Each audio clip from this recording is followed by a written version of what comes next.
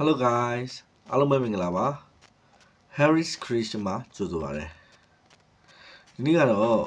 music history နဲ့ပတ်သက်တဲ့အကြောင်းအရာလေးကိုအပိုင်းအတက်အနေနဲ့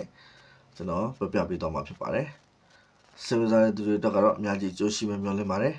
ကဲစရအောင်ပထမဦးဆုံးတေးတာလူတွေကလွန်ခဲ့တဲ့အချိန်များစွာတုန်းကဘာသာစကားတွေကမထုံကားသေးဘူး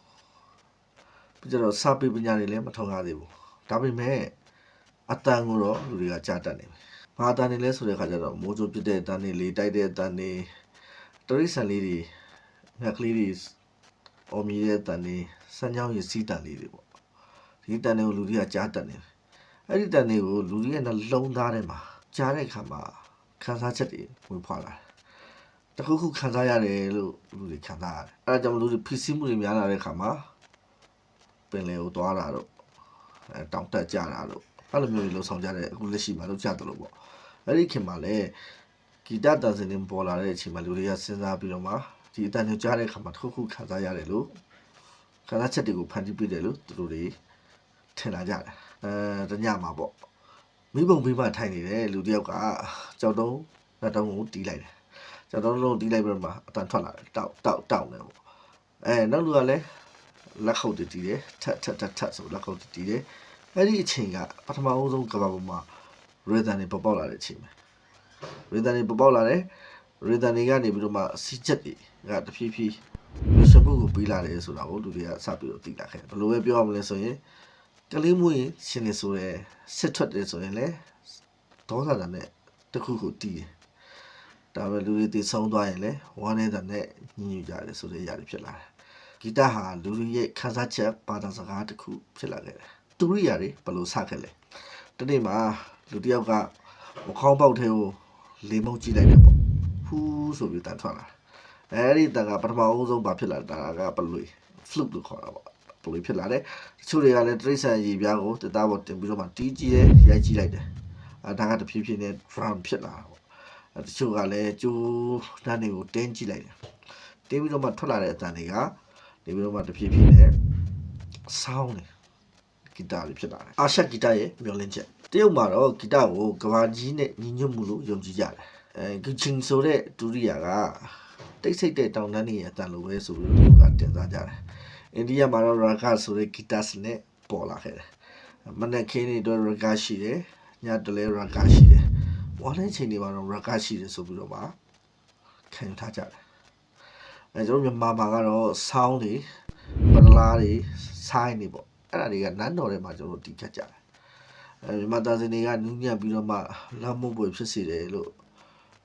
ခံစားကြတယ်လူတွေကဖျားကိုချင်းနေတဲ့တီဆိုကြမယ်ဆူတောင်းကြမယ်လို့ယုံကြည်လာကြတယ်ကက်သဒရယ်ကြီးတွေမှာခွာရတဲ့ချင်းတဲ့တွေကမိုးကိုပြတ်လွင့်နေတယ်လို့ကျွန်တော်တို့ကြားဖူးတဲ့ဒီခွာရတဲ့ချင်းတွေဆိုရင်လုံးဝစိတ်တွေကိုပြတ်လွင့်ပြီးတော့မှအာယုံဆူဆိုင်လို့ရတဲ့အရာမျိုးတွေခံစားရတဲ့ချင်းမျိုးတွေများစွာပေါ်ထွက်လာတယ်နောက်ပိုင်းမှာတော့ violin တွေ piano တွေ cello တွေပေါ်လာတယ်အဲ့ဒီနောက်မှာလူသားတွေသိလာတာကဂီတကစိတ်ကိုပြောင်းလဲနိုင်တယ်လို့ယုံကြည်လာကြတယ်ဂီတနဲ့ပျော်ရွှင်မှုအချို့ချင်းတွေကတော့လူတွေကိုကခိုင်းကြတယ်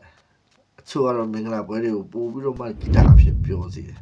အချို့ကချစ်သူနှစ်ယောက်ကိုပို့ပြီးတော့နီးကပ်စေတယ်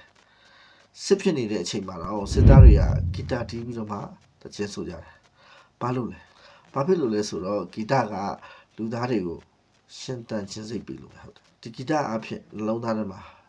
မျောလင်းချက်တစ်စုံတရာခံစားရတယ်ဆိုပြီးတော့မှလူတွေကခံစားလာကြတယ်ဂီတနဲ့ဝမ်းနဲ့မှုဒါပေမဲ့ဂီတကအမြဲတမ်းကြီးတော့ပျော်ရွှင်နေတာတော့မဟုတ်ဘူးမိခင်တယောက်ကတားကိုပျောက်သွားတဲ့အခါမှာ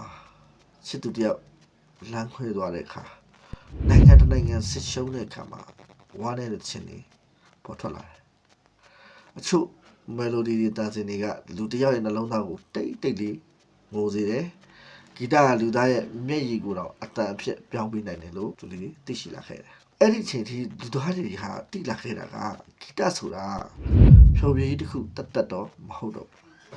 လူသားတွေရဲ့စိတ်ဝိညာဉ်ဖြစ်လာခဲ့တယ်နောက်ပိုင်းမှာဂီတကကဘာကြီးကိုပြောင်းလဲတော့မယ်လူငယ်တွေကိုလည်း ပြောင်းလဲရမယ်ဆိုတဲ့အချိန်ဖြစ်လာတဲ့ခါမှာစစ်ပွဲတွေအချစ်တွေနာကျင်မှုတွေဘာနဲ့ဖော်ပြလာတဲ့ခါမှာအတန်နဲ့ချစ်တန်စင်နဲ့ဖော်ပြတော့မှပေါက်ပွဲတော့မယ်ဆိုတော့ဂီတရဲ့တော်လန်ကြီးတွေဖြစ်ပေါ်လာခဲ့တာအပိုင်းနဲ့မှာဂီတတော်လန်ကြီးနဲ့ပတ်သက်တဲ့အကြောင်းတွေကိုပြန်ပြောပြပေးသွားမှာဖြစ်တယ်အခုသိရတဲ့ချက်လက်တွေကိုသဘောကျတယ်ဆိုရင် comment ထဲမှာ yes လို့ရေးပြီးပါ like and share လေးလုပ်ပေးပါ Harris Creation မှာကြိုဆိုပါတယ်